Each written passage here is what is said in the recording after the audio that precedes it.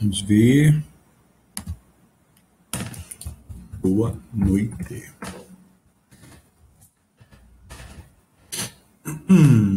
Francisco Nogueira, boa noite, Chico. Tudo bem aí? Tiago Souza, boa noite. Estão ouvindo? Me deem a dica aí se está ouvindo, se está enxergando bem, se está tudo ok, tudo tranquilo. Vocês me ouvem? Estão vendo bem?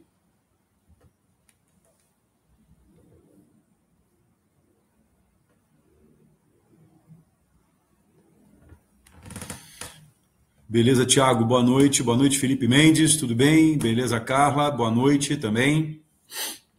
Estão ouvindo?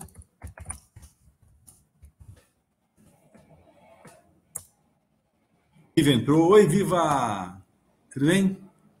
Tudo você. Beleza. Tira minha mão aqui da tela para te cumprimentar. Ó, essa mão aqui, ó, é da Lívia. Tô assistindo a live aqui de casa. É. Beleza, Thiago, maravilha. Oi, Vera, boa noite. Boa noite, Brinkman. Boa noite, Juliana. Olha só, direto de Tangará.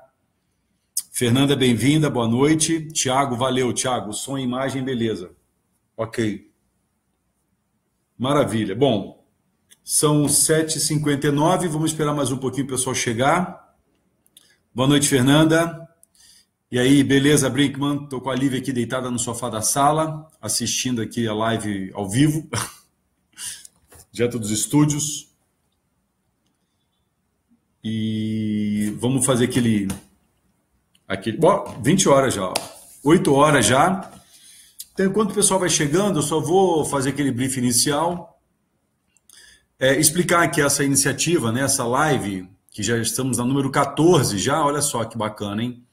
Que visa aí uma vida baseada em grandeza e realização, é uma alternativa para a gente entender a vida de uma outra forma, diferente dessa história de riqueza e sucesso, onde as coisas dependem de coisas externas, mas a grandeza e a realização dependem muito mais de recursos internos, de virtudes nossas, que a gente tem e pode desenvolvê-las, né? Então essa iniciativa já vem há 14 lives aí, isso está trazendo uma série de ideias, logo vocês vão saber sobre... uma iniciativa que essas lives acabaram proporcionando, que é um treinamento de autoconhecimento, de aprofundamento, que eu quero depois divulgar para vocês no momento mais oportuno. O Dracir Oliveira chegando aí, boa noite, Dracir, beleza? Então vamos lá, turma, são 8 horas e 1 minuto, a turma vai chegando, é normal, o pessoal vai entrando e a gente vai então começando o nosso tema. As últimas 2 lives, nós falamos sobre... pessoas tóxicas, né? E foi um tema muito debatido, foi um tema muito discutido, porque todo mundo acaba conhecendo uma pessoa ou outra tóxica e, na verdade, todos nós, em algum momento, nos tornamos. Quer dizer, nós estamos tóxicos, nós não somos tóxicos. Então, isso acaba, com o tempo, também fazendo com que a gente aprenda mais sobre nós mesmos, né? E aí, nessa batida, nas conversas aí... Boa noite, Ademir, bem-vindo. Nessas conversas vieram temas, né, sobre o que torna uma pessoa tóxica, o que faz uma pessoa se sentir mais voltada para si mesma. E aí, nas discussões todas, surgiram 2 temas que a gente vai discutir hoje, que são modelos mentais e padrões emocionais, né? De uma certa maneira, a gente já falou sobre isso em lives passadas. A gente falou de modelos mentais, quando eu expliquei sobre o modelo do pensador, e quando eu falei sobre crenças, e a gente falou de padrões emocionais, quando a gente falou de emoções, né? Então, é interessante que a gente vai voltar a falar no tema, mas só de uma maneira diferente, né? O que eu queria, assim, começar provocando, né, é conceituando esses temas. O que é um modelo mental e o que são padrões emocionais? E como é que eles, de uma certa maneira, se eu não dominar esses 2 temas, esses 2 temas me dominam. Então, quero dar uma boa noite para o Ari Durens, almoçamos hoje, grande colega do BV, estamos aí juntos novamente aí numa jornada. Uma boa noite especialíssimo aí para a Fran Spadari, ela sabe por quê, que esse boa noite é especial. Boa noite para a Cláudia Gali também, que acabou de entrar. Então, pessoal, eu queria começar por esse conceito, né? O que é um modelo mental? E o que são padrões emocionais? Se a gente for perseguir algumas teorias, algumas doutrinas espirituais, se a gente for olhar a grande mudança, a grande transformação que houve da era industrial para a era do conhecimento, e se a gente for perceber o que de fato hoje vai fazer com que as pessoas sejam mais felizes, é a capacidade dessas pessoas administrarem suas formas de pensar e a forma como elas sentem as suas emoções.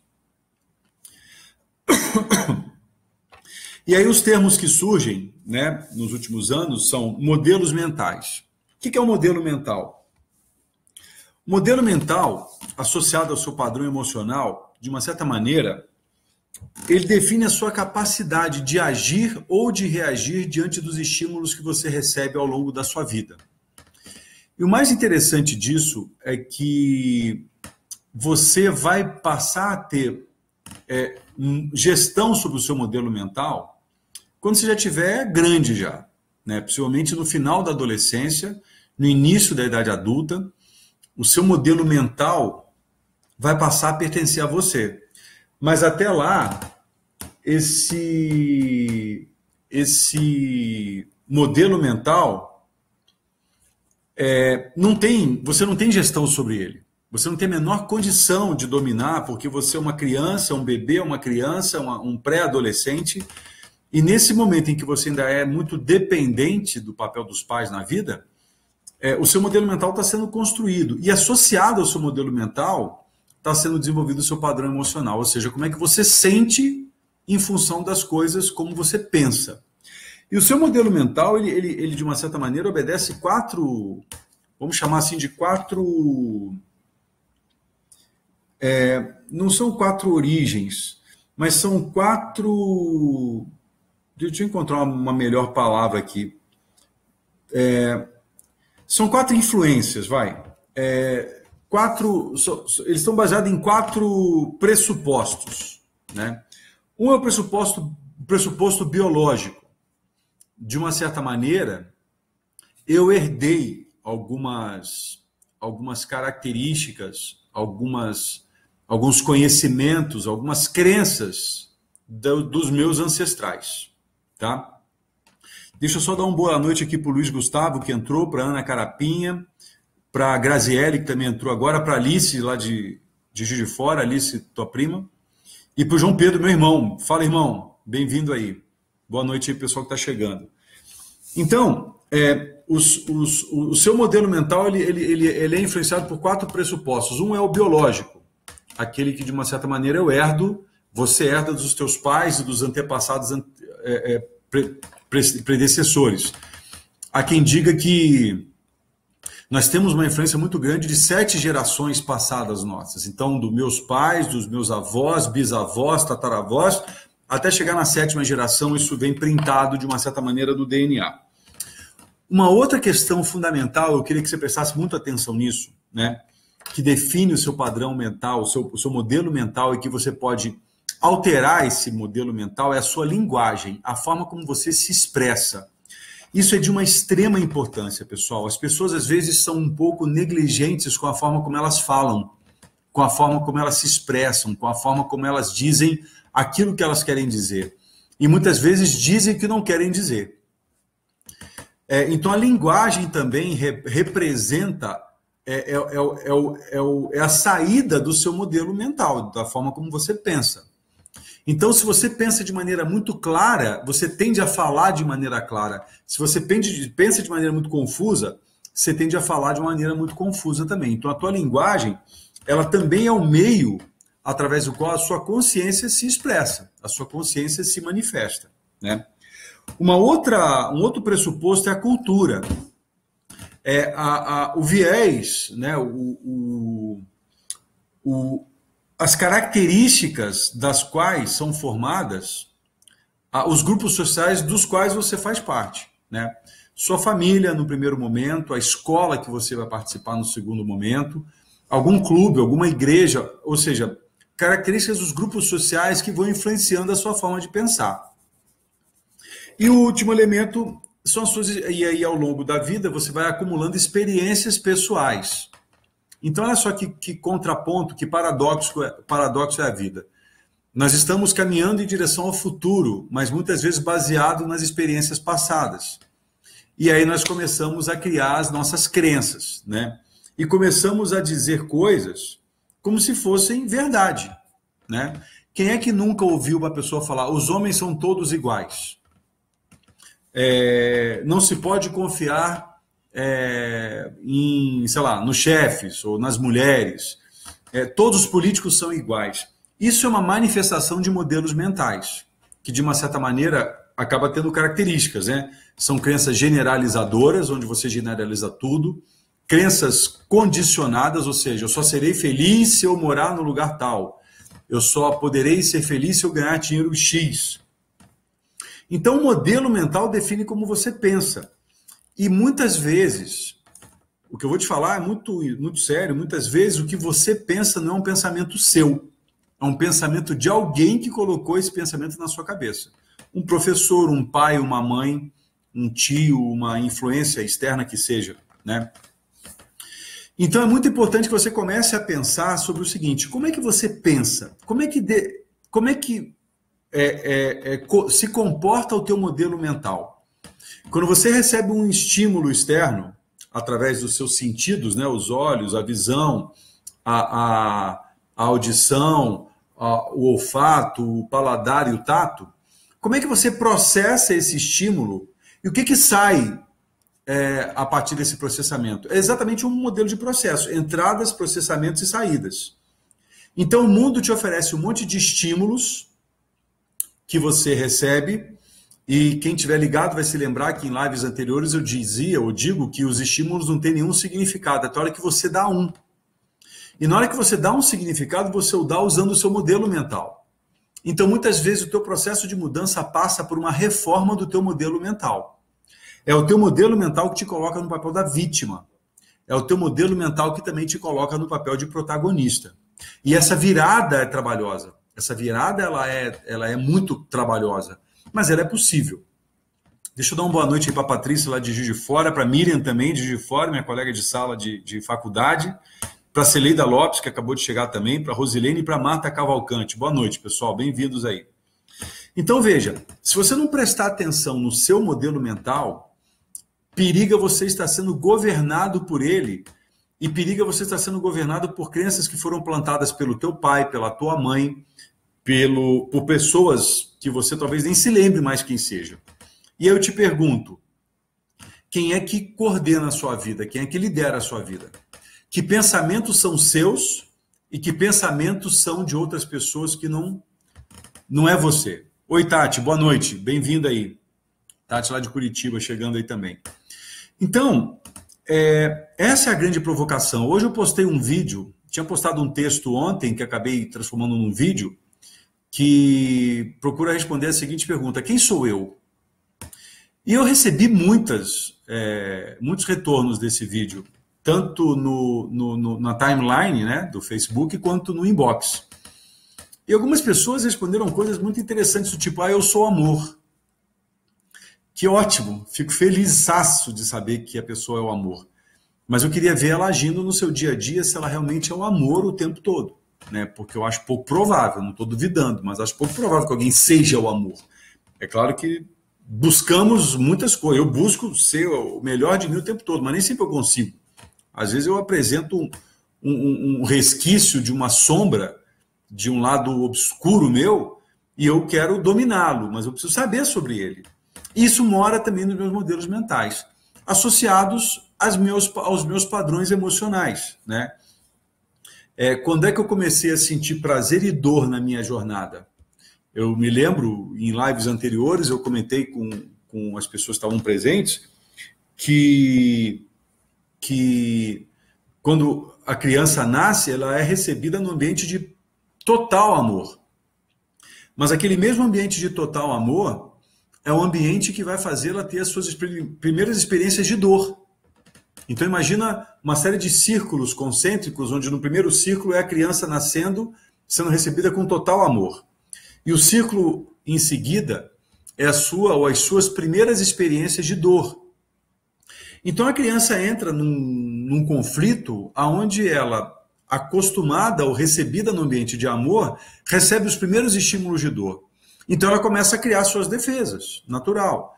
E essas defesas precisam dela criar estratagemas para fugir daquela dor. Por isso que é muito mais fácil fugir da dor. A gente aprende a fugir da dor muito mais cedo do que a buscar o prazer. E ao fugir da dor, né, eu criando as minhas máscaras, eu começo a criar minha personalidade, traços que eu uso para me amortecer dos estímulos externos. Então eu começo a criar um personagem. Eu começo a usar uma máscara, né, através da qual sai o som, né, persona. E aí eu começo então a mobilizar o meu ambiente ao redor. E eu começo a achar que eu sou aquilo, eu começo a achar que eu sou o melhor aluno, o melhor filho, eu começo a achar que eu sou a melhor pessoa, porque a máscara, ela tá tão colada no meu rosto que eu já não consigo ver mais a máscara, e ela tá tão confortável em mim que eu já acho que ela é parte de mim. Quando eu cresço, me torno adulto, eu começo a ter uma sensação, isso aconteceu comigo, e deve ter acontecido com alguns de vocês talvez, eu começo a ter uma sensação de que eu sou uma farsa. Que eu estou querendo ser um bom filho, quando na verdade eu não sou aquele bom filho. Eu estou querendo ser um bom pai, quando na verdade eu não sou aquele bom pai. E passar por essa farsa, né, por essa máscara que eu apresento ao mundo, é o primeiro passo para encontrar a essência. Para aí sim eu me tornar, eu ser um bom pai, eu ser um bom filho, mas não quer dizer que eu seja um cara perfeito, né, um cara preciso e exato, mas um cara que busca ser o melhor de si. E esse caminho de volta, né, para a essência, para o amor, né, quando você sai do amor, passa pela dor, passa pela personalidade, pela máscara e vai para o mundo, o caminho de volta para esse de voltar por essa dor e passar pelas pessoas que provocaram essa dor. Que, no certo sentido, são, no primeiro momento, pai, mãe e pessoas ao redor, né? Deixa eu dar uma boa noite aqui para a Márcia Portal, que chegou agora também, Ana Cruanes, Denise Rugani, bem-vindas aí, meninas. Então, eu queria te provocar nessa nossa live nesse sentido, né? Quanto, de 0 a 100, quanto você domina o seu sistema, o seu modelo mental? Quanto você acredita que você realmente é regido pelos seus pensamentos conscientes? Porque pode acreditar, muito do que você faz é força de um inconsciente que te governa, entendeu? De um inconsciente que você não tem domínio sobre ele. Então é importante que você comece a querer mergulhar na sua sombra, porque na sua sombra mora uma boa parte da sua inconsciência. E na hora que você mergulha, você bota a luz. Na hora que você bota a luz, você traz à tona. Então conhecer o teu lado sombrio, conhecer teu pior lado, conhecer a dor que é ser quem você é fundamental até para reconhecer o prazer de ser quem você é, né? Uma música que agora não vou me lembrar o autor, mas a Gal Costa cantava muito essa música que fala da dor e a delícia de ser quem você é, né? A dor e a delícia de ser o que é. Então, e muitas pessoas fogem dessa busca por si mesmas, né? Muitas pessoas fogem dessa pergunta, quem sou eu, de fato, né? Eu gosto muito de uma teoria da Eva Pierrakos, eu até menciono no vídeo que eu publiquei hoje, que é aliás, eu estou até com um livro que merece ser lido, né? O Caminho da Autotransformação. Quem já conhece esse livro deve saber do que eu estou falando, quem não conhece merece conhecer, porque é um livro que fala de outras palavras do ego e da consciência. Fala do ego como um eu inferior e fala da consciência como eu superior. E, num certo sentido, você e muitos de nós vivemos duelando entre esses dois eus, né?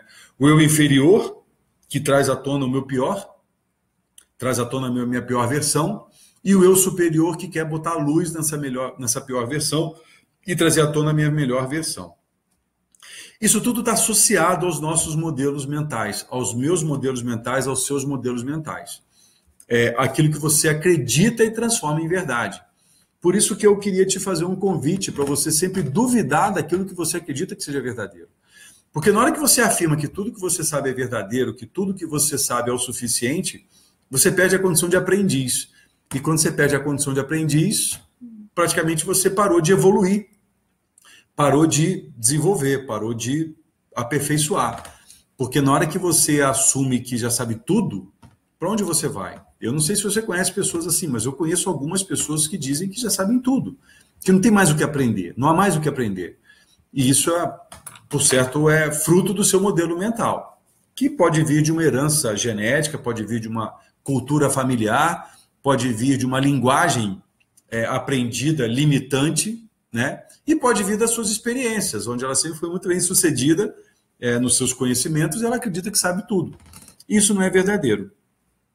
Deixa eu dar uma boa noite aqui para Ana Cruanes, lá de Sertãozinho. Aninha, tudo bem? Para Inês também, Testone, que acabou de chegar.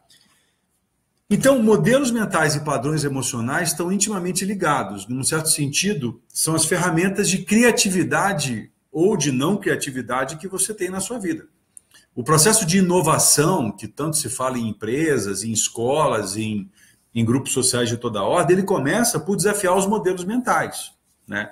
Boa parte do meu trabalho, seja como consultor, como professor, como coach, como mentor ou qualquer outro papel, é desafiar o modelo mental das pessoas, entende? Desafiar no seguinte sentido: com quem você aprendeu isso? Isso é um fato ou isso é uma crença? Eu já falei isso aqui em outras lives, que eu pergunto em alguns eventos que eu participo, né?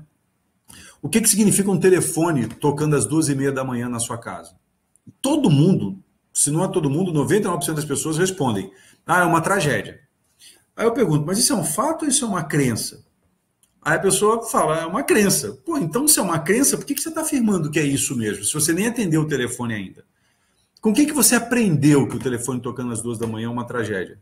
Eu aprendi com uma tia, com a minha mãe, não sei com quem, mas alguém me falou, e muitas vezes vem imprintado no DNA da pessoa. Então, às vezes, as pessoas acreditam em coisas que não são reais. Boa parte do medo que eu sinto, boa parte do medo que você sente é um medo imaginário, né? Aquele medo de fazer uma prova, não há medo algum, não há razão nenhuma para ter aquele medo.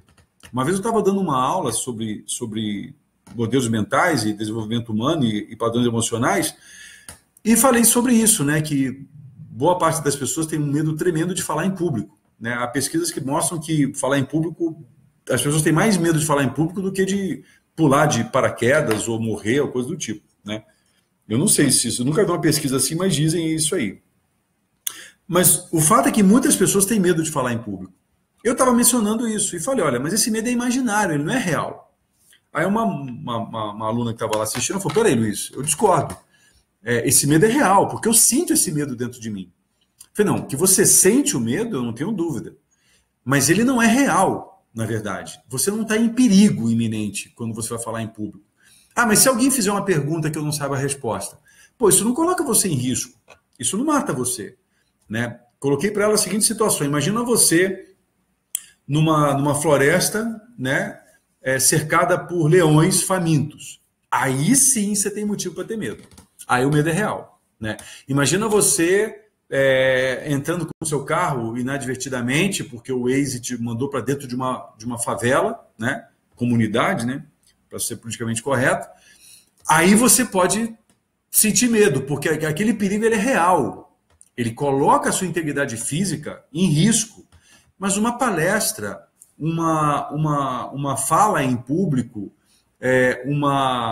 um telefonema para uma pessoa que você ama, esses medos são imaginários. E eles nascem do meu, do seu modelos mentais, né? O medo da rejeição. E por que eu teria medo da rejeição? Porque talvez na minha infância eu fui rejeitado. Ou porque talvez na minha infância eu tive a sensação de ter sido rejeitado. Se eu não trabalhar isso na minha maturidade, se eu não reformar o meu modelo mental e não reformar meu padrão emocional, talvez eu viva com esse gatilho preso em mim a vida toda. E na medida que eu vivo com esse gatilho preso em minha vida toda, eu vou sempre ter medo da rejeição. E toda vez que eu tiver medo da rejeição, eu talvez vá barganhar o amor. E toda vez que eu barganhar o amor, talvez não seja amor de verdade. Faz sentido o que eu estou falando, pessoal? Eu estou viajando muito aqui na maionese. Deixa eu dar só uma boa noite aqui então para a Inês Testone, já falei com ela. Isabel Silveira, boa noite. Miriam Paneiro, também lá de Juiz de Fora, tudo bom? Rosilene, já tinha falado com ela. Xavier entrou aqui, eu nunca sei se é o Xavier ou se é a Roberta, mas bem-vindos aí. Karina, bem-vinda. Não está na noite de vinhos aí com a turma? Roberta chegou aqui também, beleza. Então, pessoal, essas são as questões que eu quero colocar aqui na nossa live de hoje e provocar você a colocar as suas questões também, né? O seu modelo mental, de 0 a 100, quanto ele é seu, quanto ele é de outras pessoas? Quanto ele é dos teus antepassados, quanto ele é da tua mãe, quanto ele é do teu pai. E é razoável ouvir pessoas falando, eu sou assim porque o meu pai era assim. Como se ele tivesse a obrigação de ser como o pai era. Ou eu sou assim porque minha mãe era assim, como se ele tivesse a obrigação de ser como a mãe era. E não como se ele visse como dois indivíduos diferentes, separados, que têm e podem ter até características, mas que são indivíduos diferentes. Quer fazer uma pergunta? Fala, Lívia. Mas é que, naturalmente, as pessoas, quando elas, desde criança, elas têm o pai e a mãe como modelos, exemplos maiores. Sim. Então, não necessariamente ela é assim porque o pai é assim e ela não pôde escolher. E ela pôde escolher. Ela não pôde escolher porque ela sempre admirou o pai e a mãe dela. Então, obviamente, ela vai querer ser um pouco como o pai e a mãe dela. Então, não sei se todo mundo ouviu o que a Lívia falou aqui, mas é o seguinte. Ela falou o seguinte, muitas vezes a criança tem no pai e a mãe os modelos, né, que ela admira e procura seguir. O que não significa que ela tem que ser igual ao pai ou à mãe, não é isso? O que eu quero dizer é o seguinte,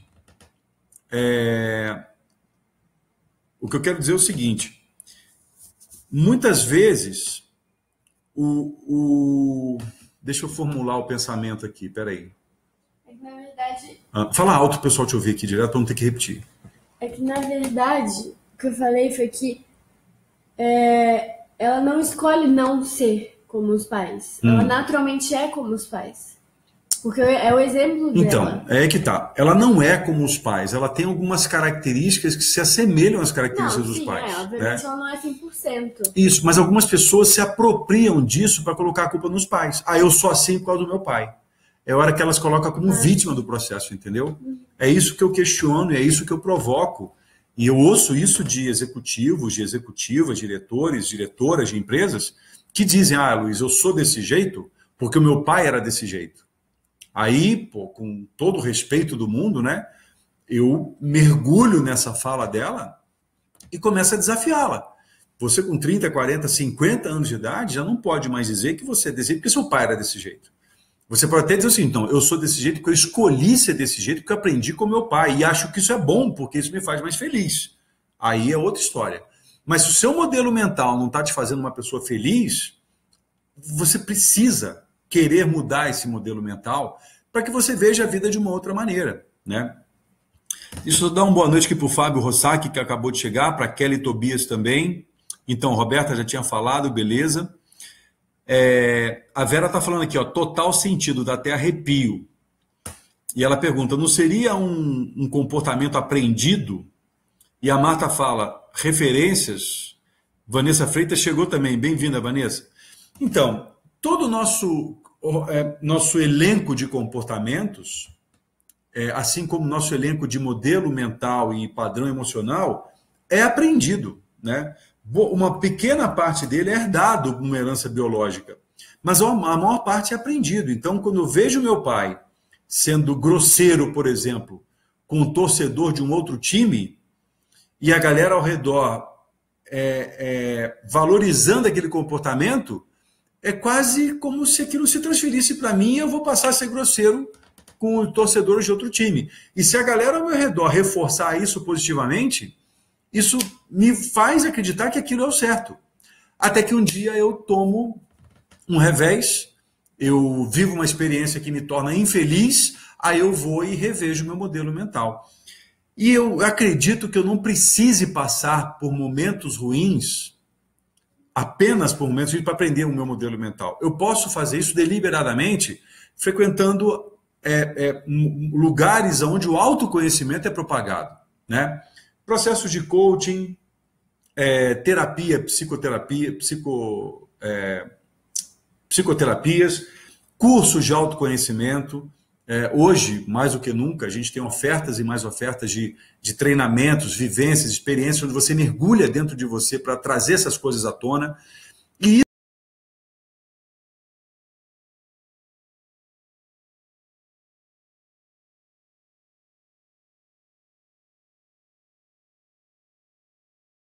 reconectar. Voltou. O pessoal deu uma caidinha, mas voltou. Eu acredito que está tudo ok agora, tá? Deu uma caidinha, mas voltou e acredito que está tudo ok agora. Então, eu já fiz algumas experiências de autoconhecimento, de mergulho profundo, seja em treinamentos aqui no Brasil ou fora mesmo, em outras experiências aí, onde boa parte do trabalho era ficar em silêncio, para eu ouvir a minha voz interna, né? Para eu ouvir o que eu falo comigo mesmo, e isso é inquietante quando eu não estava acostumado com isso ainda, né? E mesmo trabalhando isso, mesmo buscando trabalhar isso, há momentos na vida que eu caio em armadilhas que eu mesmo crio, pelos meus modelos mentais e pelos meus padrões emocionais. Então, uma boa parte das teorias que nos convidam a melhorar a nossa forma de viver, parte do princípio de que você tem que, vamos dizer assim, né? O Freud falava isso de maneira figurativa, matar o pai e a mãe que passou pela tua vida, entende? Ouça esse verbo matar, entre aspas, no sentido de matar a figura, o cargo do pai e da mãe, não a pessoa, que é o pai e a mãe. Quando eu tive essa experiência por mais de uma vez, eu comecei a enxergar o meu pai e a minha mãe não como pai e mãe, cargo, mas como humanos, que tiveram suas histórias pregressas, que foram filhos de pais lá atrás, que tiveram sua infância, sua adolescência, e é impressionante quando eu tiro os cargos, como que isso me aproxima das pessoas. Né? A Lívia está aqui na minha frente, ela é minha filha, mas em alguns momentos que eu vou conversar com ela, eu procuro não vê-la como filha e procuro não me apresentar como pai, eu procuro tirar o cargo. A gente já teve algumas conversas que eu começava a conversa contando erros que eu cometi para que ela se sentisse mais à vontade. Lembra de uma conversa que a gente teve sobre aquela história lá da escola? Que a tutora dela precisava me contar uma coisa, mas disse que não ia me contar, porque a Lívia pediu para não contar. Eu falei, mas isso coloca a vida dela em risco? Falou, não, Luiz, não coloca. Então tá, então eu vou conseguir tirar isso da Lívia de alguma maneira. Nós sentamos um dia para conversar e falei da conversa que eu tive com a tutora, e que a tutora disse que tinha algo que a Lívia deveria me dizer, mas que ela não ia dizer. E que a Lívia deveria me dizer. Tá bom. E eu falei, Lívia, então, eu só perguntei para ela se colocava a tua vida em risco. E ela disse que não. Aí fora que eu me coloquei junto com ela. Porque eu, na sua idade, já tinha feito coisas que me colocavam em risco. Nossa, pai, o que você fez? Aí eu contei algumas coisas que eu não vou contar aqui agora, se alguém quiser saber, depois me pergunta, né? E aí isso me aproximou dela, tanto é que fez que tornou aquilo que ela fez muito menos grave do que outras coisas quaisquer. Isso vale para nós nos relacionarmos com pessoas que, num certo sentido, têm níveis hierárquicos diferentes. O líder com o liderado, o pai com o filho. Eu acredito que nós estamos criando uma configuração social onde a hierarquia não tem mais valor algum. Né? Eu já não posso mais usar do poder do cargo que eu tenho de pai para obrigar a Lívia a fazer alguma coisa. Eu não posso mais fazer isso. Né? É raro eu fazer isso e hoje já não me lembro de ter feito isso há muito tempo. Porque ela já está num outro nível, ela já tem 18 anos, a Lara tem 17, e elas vão. E a ideia é a gente ir se tornando dependente, codependente, independente e interdependente. E essa evolução não é apenas um número na idade que você acumula. É a forma como você passa a viver e a pensar e a sentir sobre a sua vida. Né? Bom, deixa eu ver aqui. Ó. Márcia Borges chegou. Boa noite, Márcia. Tudo bem? Vera, ok, tudo certo. Ari, ok agora. Rosilene, ok. Bom, Juliana, boa noite, bem-vinda. Janaína também chegou. Adriana Machado, bem-vinda também. Bom, a Kelly está falando aqui, ó. Ouvi isso de um neurologista. Ele disse que é libertador. O cargo de pai e mãe pede muito e influencia demais. Ok, Kelly. O cargo é perigoso, né? Aí o João Pedro fala assim, meu irmão fala assim, acredito que nossos comportamentos são em referência aos nossos pais, porém depois começamos a ver o que nos faz bem e veremos se realmente devemos mudar ou não. Na maioria das vezes mudamos e tornamos mais evoluídos. João, é claro que no momento em que eu ainda me torno dependente ou codependente, eu me espelho muito no meu pai e na minha mãe. eu me espelho muito nas pessoas que me trazem uma certa admiração. Mas na hora que eu cresço, aí o meu ponto de vista acabam os ídolos, acabam as admirações exacerbadas e eu começo a ver as pessoas como humanos. Alguns muito bons numa área, outros nem tanto em outras áreas, eu muito bom em algumas áreas e péssimo em outras áreas e buscando sempre a minha evolução. E isso é uma busca diuturna, não é uma coisa que você para de fazer uma hora ou atinge um estágio com 40, 50, 60 anos de idade. Eu acredito que enquanto eu estiver vivo, eu vou descobrir coisas que eu não sabia a meu respeito, né? Genivaldo Primo entrou, bem-vindo, Genivaldo. Karina falou que está curiosa, Karina. Curiosa com o quê? Depois você me fala aí o que é. Então, veja, um outro cuidado que a gente tem que ter com esses temas é o quanto que nós estamos nos falando aqui, nós estamos nos colocando como pessoas que sofreram ou usufruíram do modelo mental dos nossos pais. Mas muitos que estão nessa timeline são pais hoje. Eu estou com a Lívia aqui em casa, né? Qual foi o meu papel na formatação do modelo mental da Lívia e qual é o meu papel na formatação dos padrões emocionais da Lívia e, obviamente, da Lara? Qual o papel da mãe delas nisso? Qual o papel de pessoas que orbitam ao redor dessas meninas, das minhas filhas, que também influenciam o modelo mental delas, né? Os pais dos amigos ou das amigas que elas frequentam a casa. Então, hoje, eu quero, devo e posso estar atento a esse movimento, e é claro que eu não pego tudo, não consigo entender tudo o que aconteceu, mas eu posso entender como é que a coisa está se formatando hoje, qual é a minha influência em construir um modelo, em ser um artífice aí, em ser um participante da construção do modelo mental da Lívia, e da construção do modelo mental da Lara, né? A Cláudia também chegou, olha, a Cláudia chegou, a Cláudia, a irmã da Patrícia, está aqui. O Ari está falando aqui o seguinte: por outro lado, vejo pessoas que vivem uma eterna luta com as referências paternas, não necessariamente ruins, e que sofrem muito com isso. Então, esse é um bom ponto, né? Se não é necessariamente ruim, por que elas sofrem, então? Eu gosto muito da ideia de que as crenças são boas quando elas me fazem atingir resultados ou me tornam mais feliz. E as crenças são ruins quando ela me faz menos feliz ou muito infeliz, né? É aquele dilema, ter razão ou ser feliz. Ser feliz tem a ver no meu ponto de vista, em atingir resultados. E quando eu falo resultado, pessoal, não é aquela palavra fria de número, não. Então, por exemplo, se tá com a minha namorada, né, que está aqui com a gente hoje na live, está com as minhas filhas. Se isso é algo que me faz feliz, as minhas crenças podem trabalhar para que isso seja atingido. Agora, se as minhas crenças me impedem de estar com as pessoas que eu mais amo de estar, por orgulho, ou seja o que for, essas crenças precisam ser resolvidas, precisam ser removidas, precisam ser reaprendidas de uma certa maneira. Entende? Então, se a referência paterna ou materna não necessariamente é ruim, mas elas sofrem com isso, aí tem um ponto para a gente entender, Ari. Se não é ruim, por que ela sofre, né? O Zé Sérgio chegou agora da Sinfonia dos Quietos. Boa noite, Zé. Bem-vindo aí. Então, as perguntas que eu faria para você são essas, né? O seu modelo mental te torna mais feliz ou te torna alguém com mais razão, com mais argumentos, né? Eu quando falo isso até me arrepia porque eu passei uma boa parte da minha vida construindo argumentos para destruir o argumento dos outros. E me vi ainda, né, até um bom tempo atrás aí, discutindo com pessoas, querendo ter razão e não buscando uma convergência, buscando um resultado positivo para aquela discussão. Porque isso está muito incrustado em mim. É uma luta diuturna isso aí, né? A Jéssica também chegou, Jéssica lá de Juiz de Fora. Bem-vinda, Jéssica. Então, quanto que o teu modelo mental te leva a ser feliz ou quanto que o teu modelo mental te leva a querer ter razão? E na medida que o teu modelo mental te leva a querer ser feliz, as emoções te movem para esse movimento de atingir o que você quer na sua vida. Ah, mas eu não sei o que eu quero para a minha vida.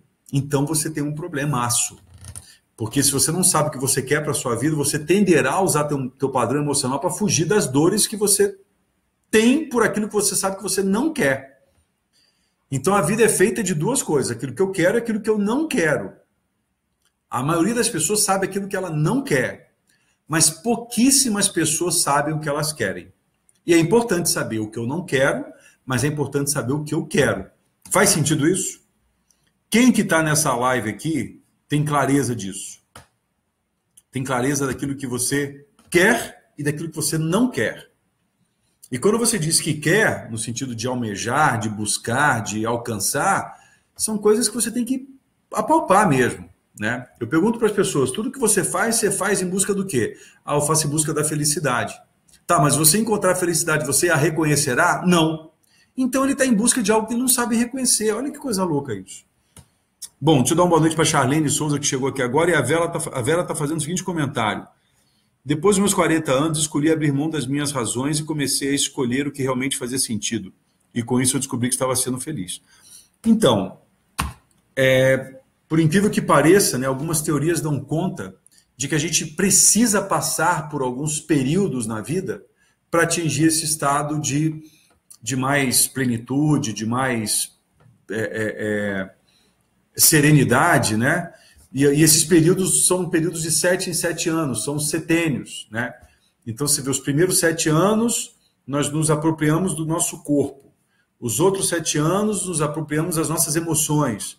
Os outros 7 anos, dos nossos pensamentos. E aí começa a idade adulta, com 21 anos para frente. E eu acredito que esse é o grande sentido das coisas, né? A gente nasce quase que no estado de perfeição,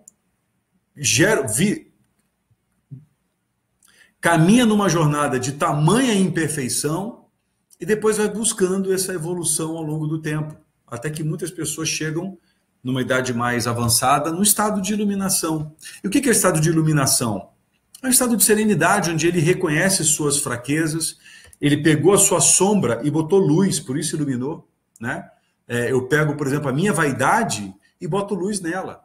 E eu posso transformar a minha vaidade em uma outra coisa. Eu posso pegar o meu medo e colocar luz nele e transformar o meu medo, por exemplo, em confiança. E como é que eu transformo medo em confiança, se medo e confiança são emoções? Eu transformo medo em confiança a partir do meu modelo mental. A partir das novas referências que eu vou buscando na minha vida, as pessoas com que eu escolho caminhar, as pessoas com que eu escolho viver junto, e as pessoas que eu escolhi não mais viver junto e não mais caminhar junto. Porque isso também é do jogo, isso também é do caminho. Ao longo do caminho, você vai escolher pessoas com quem você vai viver junto e vai escolher pessoas com quem você não quer mais viver junto. Às vezes o fator da felicidade não é a conquista, mas a renúncia, às vezes. Às vezes abrir mão de algo, deixar algo ir, é o que vai, de uma certa maneira, garantir a sua felicidade. E aí as pessoas acabam se apegando em alguma coisa, e ao se apegar, virou posse. E no que vira posse, aí já não é relacionamento, já não é convivência, já não é o que a gente está falando aqui. Nós estamos falando aqui de acesso, a gente está falando de relações e coisas desse tipo. Bom, deixa eu ver o que a Fran está comentando aqui, ó. O momento em que eu percebi que eu era exatamente o que não gostava nos meus pais, quando eu era criança, eu vivi um conflito interno grande.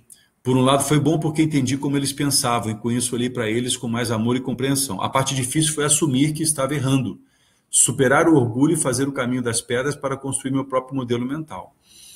Então, Fran, é exatamente disso que a gente está falando, né? Você fez isso eu fiz isso entre os 35 e 40 anos de idade. A Fran fez isso muito mais jovem que eu, então está anos-luz na minha frente. A Graziele Caldeira fala o seguinte, olha, também sofro com essa luta de estar sempre certa, porque me cobro muito por agir dentro do que espero do outro. E a coisa é tão complicada que até as terapias que fiz acho que os psicólogos eram fracos. Então, Graziele, olha só que coisa louca que o teu modelo mental te faz pensar, né? Deixa eu procurar assumir uma responsabilidade e te ajudar nisso aqui, depois você me diz se vale a pena ou não. Também sofro com essa luta de estar sempre certa. Aí a pergunta é, o que dentro de você diz que você tem que estar sempre certa? Entende? A resposta que eu daria para mim quando eu queria estar muito sempre certo, é o seguinte, tem um lado meu inferior que quer que eu esteja sempre certo. Eu chamo esse lado de ego. O meu ego quer que eu esteja sempre certo, porque se eu estiver sempre certo, eu fujo da dor de estar errado. Só que isso é uma ilusão. O ego trabalha com esse véu da ilusão. Então, a hora que você se coloca como alguém que sempre tem que estar certa, claro que a tua cobrança por você aumenta. E quando você cobra muito de você, você acaba cobrando dos outros. Ou seja, a vida fica um inferno. Se você tivesse com a gente nas outras lives, você ia perceber que pessoas com essa característica se transformam em pessoas tóxicas, né? Que intoxicam o ambiente.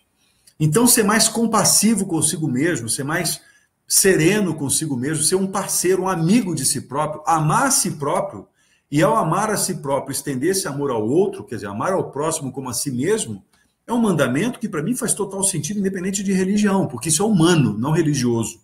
Entende? Então, como é que eu vou amar o próximo se eu me cobro pra caramba? E eu tô fazendo essa pergunta para você porque eu fiz essa pergunta para mim durante anos. Eu me cobrava um monte. Eu não podia errar, eu tinha que ser perfeito. Agora, nada é perfeito, né? Então, isso muda modelos mentais. Na hora que você se permitir ser um humano, e um humano que erra e que acerta, um humano que se aperfeiçoa, que anda casas para frente no tabuleiro e volta casas depois, e vai aprendendo com esse movimento, a cobrança diminui. E quando a cobrança por você diminui, a cobrança sobre o outro também diminui. Diminui a cobrança, aumenta a tolerância, aumenta a perseverança, aumenta a paciência. Diminui o medo, aumenta o amor, né? O Zé fala o seguinte aqui, ó. Eu tenho essa clareza e estou caminhando para os meus propósitos de forma serena. Sabedor que o tempo da sincronicidade não é o tempo cronológico. Ok, beleza.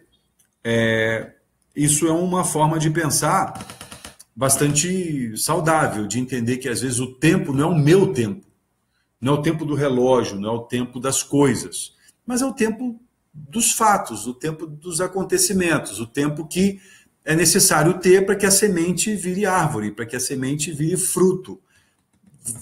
O homem não consegue interferir completamente nesse processo, até consegue de uma certa maneira, mas é aí que entra um jogo perigoso, né? Ao tempo das oportunidades e da sincronicidade que o Zé menciona, e tem um tempo cronológico. Quando você quer fazer do tempo cronológico o único tempo, isso pode ser um equívoco. A Thalita chegou, bem-vinda, Thalita. Atrasadaça aí, mas tudo bem.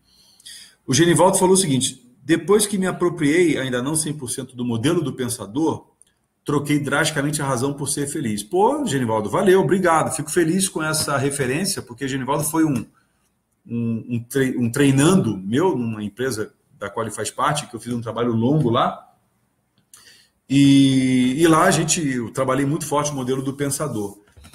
E o modelo do pensador traz muito forte essa questão do modelo mental, crença, e dos padrões emocionais, emoção, né? Então, nós temos essa responsabilidade, eu comigo mesmo e com as pessoas ao meu redor, e você com você mesmo e com as pessoas ao seu redor, né? A pergunta que eu fiz hoje no vídeo lá, quem sou eu, é uma pergunta relevante para que você entenda quem sou eu nos meus pensamentos, quem sou eu nas minhas emoções, e na hora que você tira uma foto disso, você pode responder uma outra pergunta. Então, quem eu quero me tornar a partir de agora? E aquele que eu quero me tornar a partir de agora me faz deixar para trás heranças biológicas, crenças que eram dos meus pais, aquilo que eu quis ir matar pai e mãe, é deixar o que é deles para eles e não para mim, porque é deles, não é meu, né? É criar uma nova linguagem para eu me expressar de uma maneira mais clara, e a linguagem não é só o que eu falo, mas é também o meu corpo fala, a minha emoção fala, e a minha voz fala, né? Há 3 dimensões da linguagem: a linguagem verbal, a não verbal e a emocional. Na hora que eu mantenho coerência dessas 3 linguagens, eu estou sendo muito mais autêntico e eu estou conseguindo me comunicar de uma maneira muito mais clara. E você então me percebe, você consegue me enxergar. É difícil ter uma máscara na hora que você alinha esses 3 elementos, né?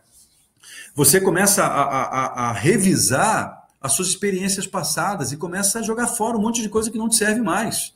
Entendeu? Eu aprendi que eu tenho que usar chinelo havaiana. Pô, desaprenda isso. Desaprenda e use um outro chinelo.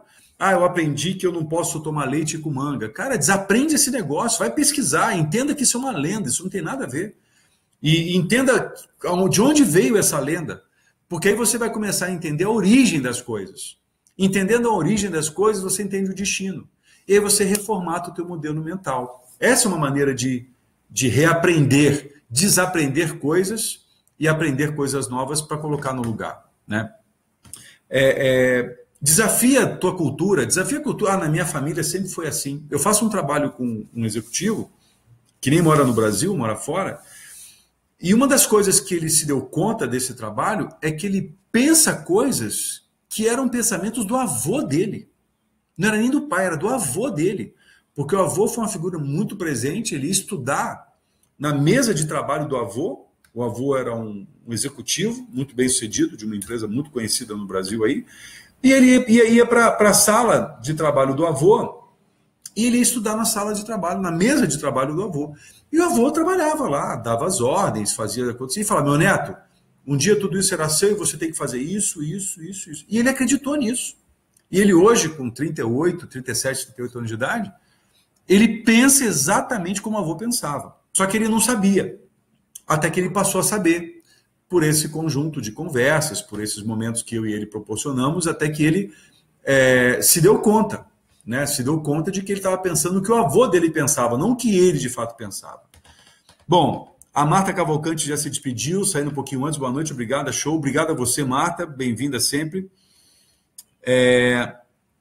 O Zé fala aqui: perfeito isso que você colocou, esse matar pai e mãe é psicológico. Claro que é psicológico, né? É a figura que eu criei na minha cabeça, não eles em si. Porque essa responsabilidade agora é minha, não é deles. Eu não posso passar a minha vida toda colocando a culpa nos meus pais, né? Aí a Roberta fala o seguinte aqui, ó. Deixa eu até abrir o comentário todo porque ele tá grande aqui, ó. Eu passei mais de 20 anos da minha vida querendo ser perfeita. A filha, a irmã, a sobrinha, a amiga perfeita. Em 2007 me casei e fui morar em outro estado, bem longe dos meus pais. E com isso vi que não queria ser igual a eles. Passei a compreendê-los e aceitei que nada na vida é perfeito e que eu tinha que buscar a felicidade e não a perfeição. Desaprendi muita coisa que meus pais me ensinaram e isso me faz uma pessoa mais feliz e realizada. Então, Roberto, esse é um relato de alguém que está passando pela sua jornada, né? Que está aprendendo, que está evoluindo. E isso é bacana, entende? É muito frustrante viver uma vida em perfeição, porque não existe. Então é frustrante buscar algo que não existe, porque ao buscar algo que não existe, você nunca vai atingir, você nunca vai encontrar. Então a frustração é patente, é líquida e certa, não tem como.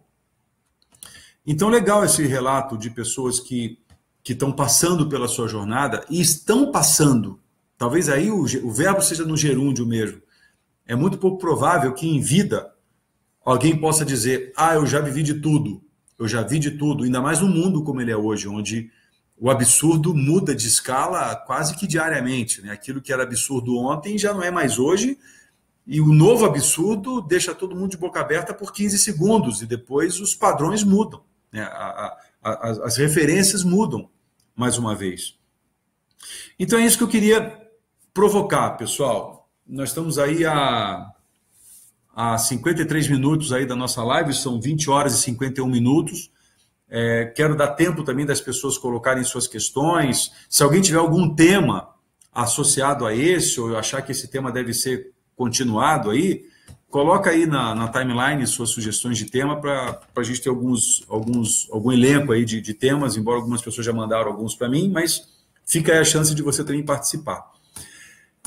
Quero muito te provocar nesse sentido, né, de você parar um momento na frente de um espelho e perguntar: quem sou eu? Olhando para o espelho, perguntar: quem é você? Né? Você perguntar: por quem eu acho que eu sou? Qual é o meu ser idealizado e qual é o meu ser real? Né? Quem eu acredito que eu seja e quem que o mundo de fato enxerga quando olha para mim? Então são perguntas, são exercícios que nos permitem, que me permitiu e me permite me voltar para um processo de autoobservação, para um processo de autocorreção, e desse ciclo, né, de autoobservação, de autocorreção, de eu poder me ver como observador de mim mesmo, é desse ciclo que eu começo a debater e a desafiar o meu modelo mental. E na hora que eu desafio o meu modelo mental, eu estou, de uma certa maneira, desafiando meus próprios padrões emocionais, né? Aquilo que um dia era medo, agora é confiança. Aquilo que um dia era rejeição, agora é aceitação. Aquilo que um dia era dor, agora é prazer. Não porque aquilo mudou, mas porque eu mudei. O observador mudou. E esse é o grande, essa talvez seja a grande transformação humana, né? Muitas pessoas querem que o outro mude. Isso é até meio clichê falar isso. Mas isso é impossível, né? O outro vai mudar quando você mudar a sua visão sobre o outro. Aí você vai vê-lo até de uma outra maneira.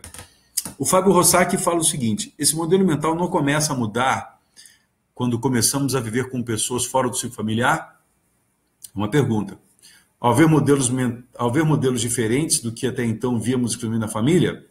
Fábio, eu não acredito que isso seja uma verdade absoluta. Isso pode até acontecer, né? Mas eu conheço casos, já estudei casos e já vi casos de pessoas que, ao conviver com pessoas que pensam diferente, se afastaram porque pensam diferente. Então nem deram chance de avaliar outra forma de pensar, né? Tem empresas que contratam pessoas para pensar iguais e não admitem a ideia de pensar diferente. Esse conceito de diversidade que a gente vive hoje ainda é um conceito muito controverso. Não é um conceito 100% aceito, né? A Graziele fala assim, ó, risos. Na minha família sempre foi assim. Quem foge dos padrões comportamentais do núcleo familiar está sempre errado. Nunca parei para pensar no quanto isso era nocivo. E como sempre bati no peito porque sou igual aos meus. Mais uma vez, medo de errar. Valeu a reflexão, obrigada. Pô, que legal, Graziele. Fico feliz com isso. Olha que bacana, né? Numa live como essa, você se deu conta de que você pode pensar diferente da sua família e quando você pensava igual, você se tornava... você percebia que isso era nocivo. E que você batia no peito para dizer que você era igual aos seus, mas... Veja, eu sou completamente diferente da minha irmã e do meu irmão, e do outro irmão que está aqui na live, o João Pedro, mas eu os amo mesmo assim. Amor não tem a ver com igualdade, muito pelo contrário, né? Eu posso amar os diferentes exatamente porque são diferentes, mas eu posso amar os iguais, não porque são iguais, mas porque eu amo apenas, entendeu? Então você pode amar as pessoas que são diferentes e pode amar os iguais. O fato de ser igual ou diferente não é condição para amar, eu acredito, né? Bom, pessoal, são 20 horas e 55 minutos. É hora da gente começar a despedir, a colocar as questões, mas o Zé coloca aqui da Sinfonia dos Poetas. Binato, domingo assisti um filme sugerido por uma coach que é simplesmente fantástico. Não sei se alguém já viu, o nome do filme é Beleza Oculta, com Will Smith. Eu sugiro que o tema, e sei que é a sua cara, pois fala de todos estamos interligados, fala de dor, amor e morte. Ô Zé, esse filme ele é espetacular, ele é sensacional, merece ser visto sim, por todo mundo, e eu acredito que esse possa ser um bom tema para a próxima live, né? Como é que a gente pode juntar essas coisas todas e sair de um mundo fragmentado para um mundo mais integrado, um mundo mais conectado? Essa fragmentação que a era industrial nos convidou, nos impôs, ela é muito nociva para viver num mundo como o de hoje, onde eu não posso mais me separar o humano que eu sou do cargo que eu exercito, né? Não dá mais para separar o profissional do pessoal, do amoroso, do familiar, do filho. Essas coisas agora são subsistemas de um grande sistema que trabalha interligado. É um bom tema, viu? Até me comprometeria a ver o filme de novo, porque eu vi esse filme com um olhar de entretenimento e no final é que eu me dei conta de como que esse filme é bacana. E agora merece ser visto com um olhar mais dentro dessa ótica que a gente está vendo aqui. Tá bom? Boa sugestão, vou anotar isso aqui, tá? Bom, pessoal, são 20 horas e 57 minutos. Quero começar então a me despedir de vocês, agradecer a presença de pessoas que vieram hoje pela primeira vez, famílias estavam aqui, né? Patrícia, Alice e Cláudia são irmãs e primas lá de Juiz de Fora, parente da mãe das meninas. Fran estava aqui também, muito feliz da tua presença aí, Fran, valeu. Ari também estava presente, Livinha está aqui comigo, dando tchau aqui, participando ao vivo e a cores junto comigo. E muitos amigos queridos e companheiros de jornada que estão aí sempre privilegiando e fazendo-se presentes nesse momento nosso aqui. Então é isso aí, Zé, Dreamer na veia, é isso mesmo. Ademir falando aqui, olha, muito bom, esclarecedor, só tem agradecimentos. Também agradeço, Ademir. Obrigado aí pela presença constante aí. Thalita Magalhães de Ribeirão, valeu Binato, valeu Thalita, como sempre presente, valeu Denise também, show como sempre, obrigada. Depois Thalita volta para assistir inteiro, isso, ver a gravação que merece. Genivaldo, abraço para você também. Chico Nogueira, gratidão sempre a você pela presença de sempre, companheiro de trabalho lá do Bureau Veritas. Fernanda Tangerino, valeu, obrigado também. Valeu, João, valeu, irmão, beleza, show de bola. Roberta falando, obrigada por dividir seu conhecimento, aprendo cada vez mais com você. Na verdade, não é meu esse conhecimento é humano. E, na verdade, eu estou compartilhando aquilo que um dia eu recebi. Então, tamo junto, né, Ari? Legal, tamo junto, também tô. Legal, Ana, bem-vinda, obrigado também, muito bom. Luiz Gustavo, cara, hoje eu peguei uma foto sua aí que eu adorei, aqueles adultos virados de costas com as crianças viradas para dentro. Vou escrever um texto sobre aquilo ainda. Obrigado, Luiz, e obrigado pela presença também. Vanessa Freitas, minha coach querida, parabéns, foi enriquecedor para mim hoje especialmente. Legal, Vanessa, temos o que conversar em breve então, hein? E Vela Loyola, maravilhoso como sempre, legal, bacana. Isso é fruto desse nosso encontro, dessa alquimia que todos nós promovemos. Então, somos todos aqui numa relação de mestres e aprendizes. Eu aprendo e ensino, você me ensina e aprende, e a gente vai construindo uma teia diferente, uma relação em rede e não uma relação em cargos. Isso é muito importante, tá bom? Bom, Fran Spadari, saudade, Lívia. Tá mandando um beijo para você. Obrigado, meu bem. Sempre um ótimo investimento de tempo te ouvir e aprender com todos aqui. Também gosto, meu amor. Obrigado aí. Valeu, Luiz, pela foto. Brickman, obrigado. Assunto para pensar muito. Abração. Legal, Brickman. Pensar e agir, tá? Não só pensa, não. Tem que entrar em ação também. Livinha também te manda um beijo aí, Fran. Bom, pessoal, então é isso. Na semana que vem, no dia... Que dia que é? Caramba, deu branco aqui agora. Deixa eu ver aqui. Semana que vem, terça-feira que vem, é dia 3 de outubro, né? Vamos então vamos falar sobre algum tema. Possivelmente o tema que o Zé sugeriu, da beleza oculta. Eu vou ver o filme novamente e vou dar um título para isso.